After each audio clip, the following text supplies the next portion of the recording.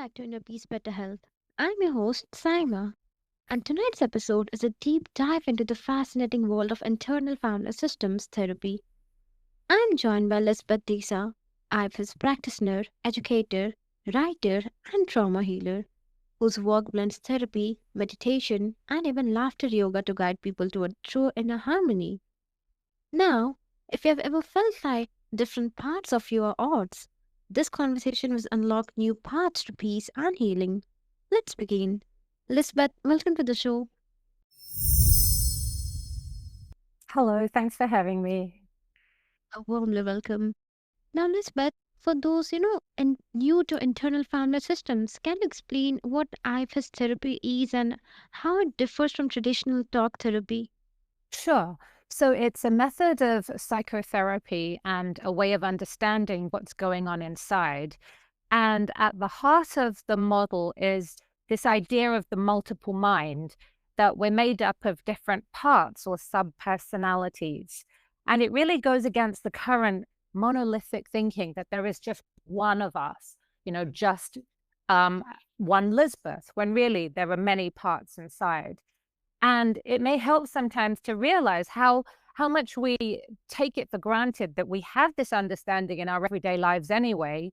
You might say, like, a part of me really wants to go out, but another part just really wants to stay at home and be quiet.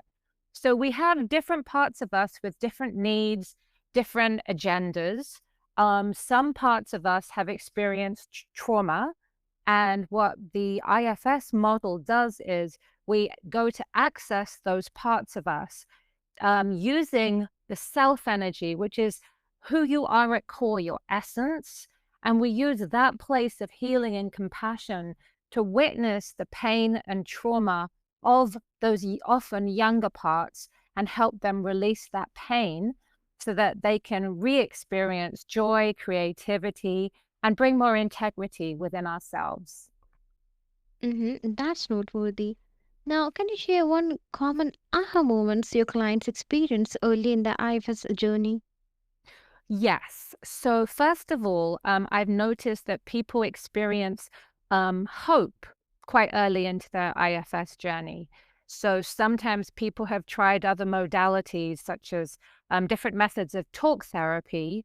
And what we find is that we can talk about the trauma or painful experiences that happened, but it's almost like we're just narrating or describing the experience. And people may have experienced years of talk therapy and still feeling quite stuck in their pain. But with IFS, we access the parts of us who initially experienced the trauma. And when we can witness that with compassion, then healing can actually happen quite quickly. And then people have hope that they're not going to be stuck with all of this pain throughout their lives, but they can actually be freed from it and do that healing themselves. hmm I love that IFS invites us to get curious about all our parts, even the ones we tend to push away, right? Right. So yeah, Now, go ahead, sorry. yeah, please continue. Well, I was going to say that when I first started practicing IFS, I didn't like who I was. And then I realized that that was simply parts of me who didn't like other parts of me. And then we do tend to push those parts down. But when we push them away and suppress them, they don't go away. They just tend to sometimes explode with more force. So when we can actually welcome different parts and really hear them, and they often have a good intention for us. And if we can get in touch with that and show them appreciation, then they lose some of that intractability that they have. They're more willing to work with us. They may be stuck in roles that don't even work for them. They may be like living out different ways of being in the world that just don't serve them or the system. So we can really work with the different parts inside to bring more harmony and just find out what's going on more. So it's such a beautiful process of inquiry and self-understanding. That completely makes sense, Elizabeth. Now, you weave meditation into your practice. So, can you share that how do meditation and IFS work together to deepen healing? Sure. So I started dabbling in meditation when I was a teenager, and then I started a formal practice when I was about 30.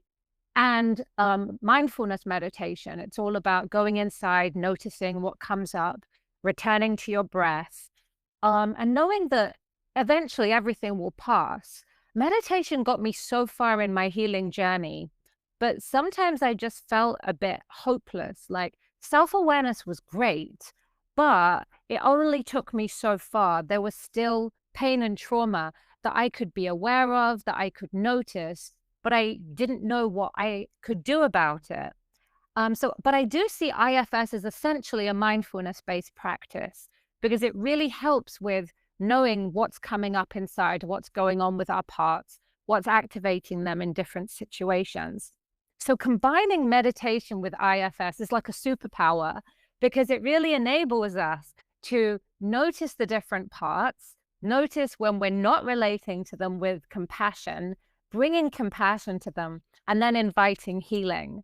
So when I go on meditation retreats, it's this amazing combination of like going inside, being really present with parts, listening to them, helping them to release their pain, and just experiencing so much inner peace. It's really amazing.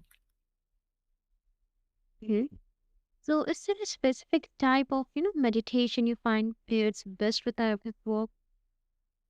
Well, I've experienced that Vipassana meditation, insight meditation, is really powerful because it is about noticing what's going on. I recently attended a One Buddhism retreat, which is a type of Buddhism that came out of Korea. And that really emphasizes gratitude. And I had always struggled with gratitude because it felt quite rote and conditional when I was telling myself to be grateful for things, but I wasn't necessarily feeling it. But one Buddhism really taught me that I'm able to be with the pain, release it. Healing has to come before we can feel genuine gratitude. And then move to this organic place of positivity and gratitude that isn't about masking what's going on with parts. It's about embracing the reality of them and then inviting them to a place of loving acceptance and compassion. You know, that integration feels so natural. It's a beautiful way to connect mind, body, and spirit in the healing process. Definitely. And I haven't actually said much about the somatics of it. But IFS is essentially a somatic practice too, because it's a way of getting in touch with how parts are showing up. So people may experience like a twisting or a knot in their gut or tightness in their chest or shallow breathing. And we call these trailheads, and they're indicators of what parts need our attention. So when we bring our attention to the body and notice what we're feeling and the different sensations, they're great signposts for what needs healing. Hmm? Now, you also lead laughter yoga and conflict meditation. That's such unique additions, Lisbeth. So, how do these practices, complement your IFS work? So, in all honesty, I do a lot more IFS therapy than the conflict resolution and laughter yoga, but I do try to integrate them when I can. So I originally got involved with conflict resolution and mediation and transformation because I really do see conflict as this potential for transformation. So when we're in conflict with someone else or ourselves, it's a brilliant opportunity to notice what parts of us are being activated and how those parts are interacting with activated parts within another. And ideally, in relationships, we can hold a curious, compassionate space for each other and go to those places and have a mutually healing space. Um, so that's how I originally wanted to apply IFS. So I do some of that in couples work, and I've also done it in communities also. Um, but often now I find that there's so much inner conflict that going inside by ourselves is a great place to start. And then how we show up in the world and how we interact with others is going to be affected anyway. And then with laughter yoga, um, I I have reacted a little to this idea that therapy can be such a dismal affair. You know, we deal with our trauma, we deal with our pain, and there are some qualities of the self energy, you know, who you are at core, that really are quite joyful and playful.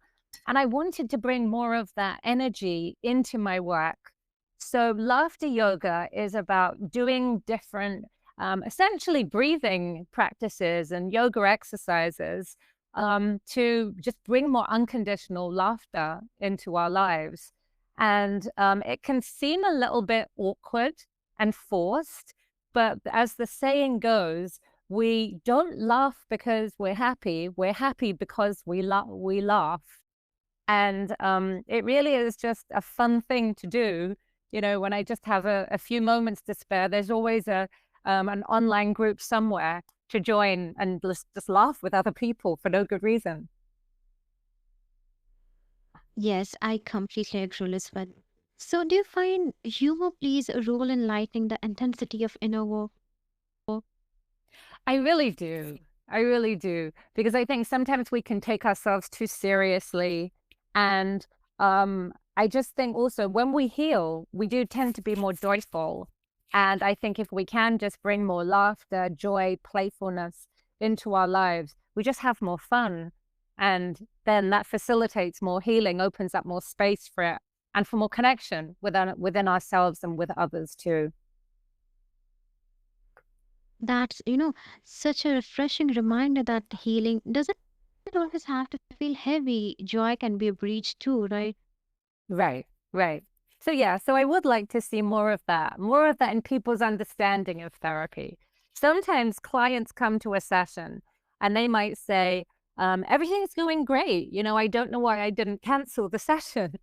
And what we do is we go to all those places that are feeling amazing, the parts that are really celebrating the work that they've done, their achievements, just the inner peace. And it feels so good to amplify that and to really sink into that. And then to ask those parts if they have any requests of us or even any suggestions about how to amplify that further. Mm-hmm. Now, for someone, feeling overwhelmed by the inner world, what's one gentle first step they can take today towards self-healing? So I find that sometimes when we go inside and we start listening, parts might start really overwhelming us with emotions because finally they're being heard. And I think often this is why people often use distracting coping mechanisms to quash some of that pain, those voices, because it can be so overwhelming. And one thing that I have found really helpful is to go inside, notice who's showing up, and you can imagine a big circle like a campfire with lots of seats around it. And you can invite parts to come take a seat around the circle and just look around at them all and notice that they're all discrete parts of you and invite them to get some separation from you and from each other because then you can listen to them better. Their voices won't be so loud and overwhelming. And then occasionally, when parts are loud, we can say to them, hey, would you tone the intensity down a little?